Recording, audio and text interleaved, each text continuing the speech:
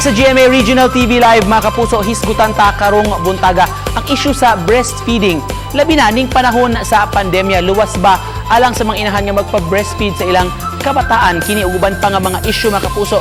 Masayran nato karong buntaga kay makauban nato usa ka pediatrician, International Board Certified Lactation Consultant ug founder, mga kapuso, sa usa ka breastfeeding support group, Dr. Marini Tabon Esguera. Good morning, Doktora. May buntag Nico ug may buntag sa tanan natong nagtan-aw. Happy pandemic season. Salamat sa pag-invite nako, Nico. Sa ako ning favorite topic ang breastfeeding. Thank you so much, Doc, for joining us this morning. Doc, breastfeeding karong panahon sa COVID-19, safe ba? What if, Doc, ang usa ka inahan mataptan og COVID, Doc? Angayan pa bang magpadayon gihapon siya sa pagpa-breastfeed?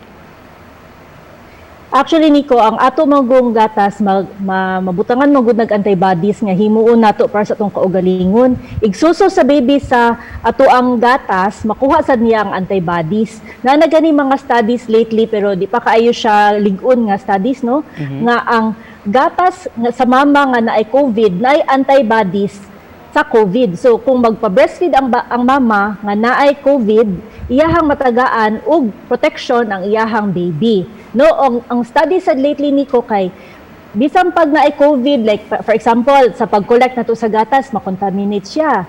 Ang bagong studies ron kay ang katong COVID nga makontaminate sa gatas, kay dili motubo ang COVID didto, mamatay si COVID, dili siya pwede motubo sa gatas sa inahan. So like with other illnesses like your common cold, your cough, and then other viral and bacterial diseases, padayuno nato ang pagpasuso sa atong mga bata bisan pa og naatay gibati. Ang atong i-prevent lang gyud ana kay ang pag-contaminate sa ato ang for example ang breast or atong hand ba or atong mga kasanina ba motoy nabutangan day sa COVID kay dili makatransmit og COVID ang ato ang breast milk.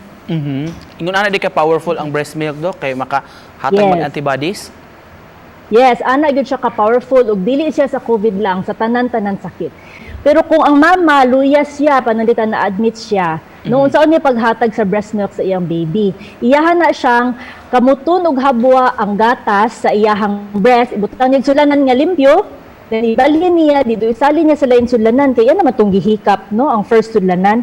So ibalhin niya dito para motoy ihatag sa baby, ibasura og hatag ang breast milk, Nico, kay dili na uso ron maggamit og biberon para sa paghatag og express breast milk sa ato ang baby. So even for mothers who are sick or not feeling well, please give your breast milk to your baby because it is what you can do to protect your baby. Ngano ibaso, Doc, dili na ta magamit og mga feeding bottle?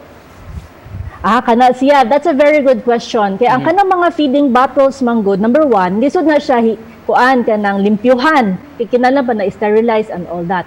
Plus, kadaghanan sa bata nga makatilaw na og baby bottle, mag-nipple confusion na. Kay lahi man ang texture, ang smell, ang volume sa milk nga makuha nila sa bibiron. Kaya ang bata, importante nga magsusugyapon siya sa mother because it's not only COVID that can be dangerous to our children. There are so many things that our breast milk is protecting the baby from. That even if mag-COVID siya or unsay ang sakit, then walay sakit ang mother, padayunon og pag-breastfeed. Doc, question pod kuno, kaning pandemic stress, siguro daghan ang gibati og anxiety rong panahon na makaapekto ba ni sa supply sa breast milk sa mga mama? Kinahanglan matugid og 8 hours ang adult, no? Kabot kag 8 hours og tug. Dili kayo, Doc. Pero moabot yun tag-ana because when we are very stressed, mo decrease ato ang immunity. Okay? Mo increase ang inflammation sa atong body, dako og chance nga masakit tag bisan unsa nga sakit. And when we are stressed, our body doesn't function sa way nga it is supposed to function. So ma-pandemic pa or mawa, ma-stress gani mo naog gyud ang gatas.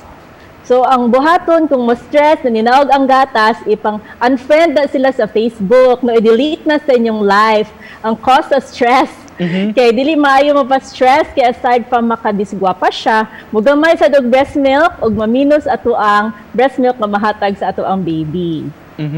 Doc, unsa kunoy pamaagi, Doc, para pagpa-increase sa volume sa milk, breast milk? Okay, first is you have to build your breastfeeding village because it's not easy to breastfeed kung ikaw ra usa.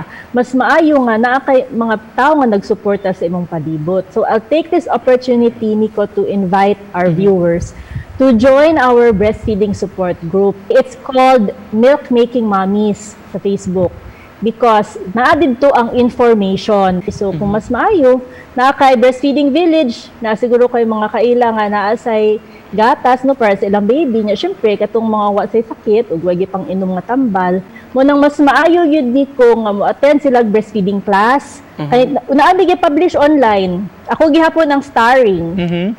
Breastfeeding class naa sa Philippine Pediatric Society Central Visayas Chapter Facebook page. Dok, pasensya kay limited itong time sa TV, pero message ni mo, Dok, sa mga nagtanaw na ito, labi na itong mga inahan.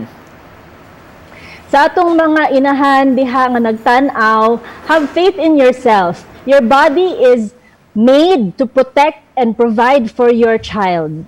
All right, thank you so much. We learned so much from you today. Thank you so much kang Dr. Marini Tabon Esguera. Thank you, Doc. Thank you so much for inviting me.